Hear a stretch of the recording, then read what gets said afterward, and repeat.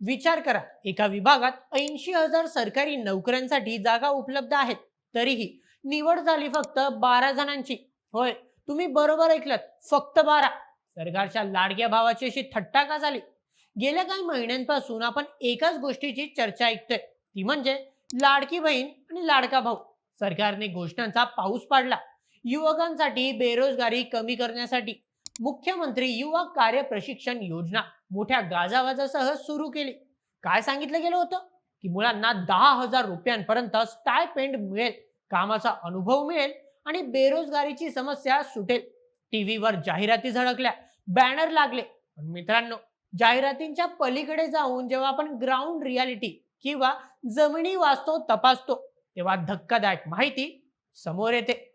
आज आपण नागपूर विभागाची एक अशी बातमी पाहणार आहोत, जी जाणून तुमचाही सरकारी यंत्रणेवरचा विश्वास उडेल.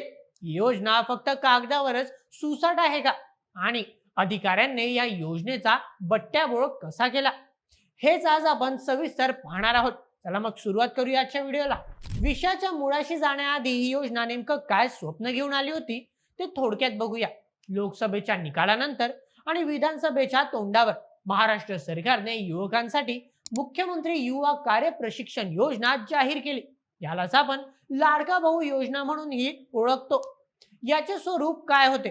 12वी पासला 6,000 रुपये, ITI किंवा डिप्लोमा धारकांना 8,000 रुपये आणि पदवीधर म्हणजेच ग्रॅज्युएट तरुणांना 10,000 रुपये स्टायपेंड. हेतू खूप चांगला होता. विद्यार्थ्यांना शिक्षणानंतर कामाचा प्रत्यक्ष अनुभव मिळावा, त्यांना ऑन जॉब ट्रेनिंग मिळावं आणि त्या बदल्यात त्यांना आर्थिक मदत मिळावी, यासाठी सरकारने 5500 कोटी रुपयांची तरतूद केल्याच्या बातम्याही समोर आल्या होत्या. खाजगी क्षेत्र म्हणजेच प्रायव्हेट सेक्टर आणि शासकीय कार्यालय म्हणजेच गव्हर्नमेंट ऑफिसेस, अशा दोन्ही ठिकाणी ही भरती होणार होती. विशेषतः सरकारी कार्यालयात काम करायला मिळणं हे अनेक तरुणांचं स्वप्न असतं. त्यामुळे साहजिकच लाखो तरुणांच्या आशा पल्लवित झाल्या होत्या. नागपूर, वर्धा, भंडारा, गोंदिया, गडचिरोली, चंद्रपूर या जिल्ह्यांमध्ये हजारो तरुण या आशेवर होते की आता आपल्याला सरकारी कार्यालयात प्रशिक्षणाची संधी मिळेल. पण सरकार सांगतंय आणि होतं भलतंच, असं म्हणतात ना, तसंच काहीच इथे झालं. आता येऊया मुख्य मुद्द्यावर. नागपूर विभागात या योजनेचा अक्षरशः फज्जा उडाला आहे. आकडेवारी ऐकली तर तुम्हाला हसू येईल किंवा रडू येईल. नागपूर विभागात एकूण 6 जिल्हे येतात. या 6 जिल्ह्यांमध्ये शासकीय कार्यालयांमध्ये प्रशिक्षणासाठी जवळपास 80,000 जागा उपलब्ध असू शकतात, असा अंदाज होता. पण प्रत्यक्षात किती जणांची निवड झाली? फक्त आणि फक्त 12. हो, तुम्ही बरोबर ऐकलं. 80,000 जागांच्या पोटेन्शियल मध्ये फक्त 12 तरुणांना शासकीय कार्यालयात एंट्री मिळाली. जरा जिल्ह्यावर परिस्थिती बघा.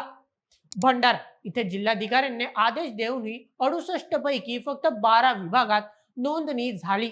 36 उमेदवारांची निवड झाली, पण रुजू किती झाले? 0. गडचिरोली, चंद्रपूर, वर्धा इथे तर सरकारी विभागांनी नोंदणी करण्याची तसदीच घेतली नाही, त्यामुळे तिथेही आकडा 0च आहे. नागपूर जिल्हा खुद उपराजधानीत येथे मोठमोठी सरकारी कार्यालय आहेत. तिथे जिल्हा परिषदाच्या काही विभागांनी नोंदणी केली. 69 उमेदवारांची निवड केली, पण त्यातील केवळ 12 जण कामावर रुजू होऊ शकले. म्हणजे विचार करा, लाखो रुपये जाहिरातींवर खर्च केले जात आहेत, पण अंमलबजावणीच्या नावाने मोठा शून्य आहे.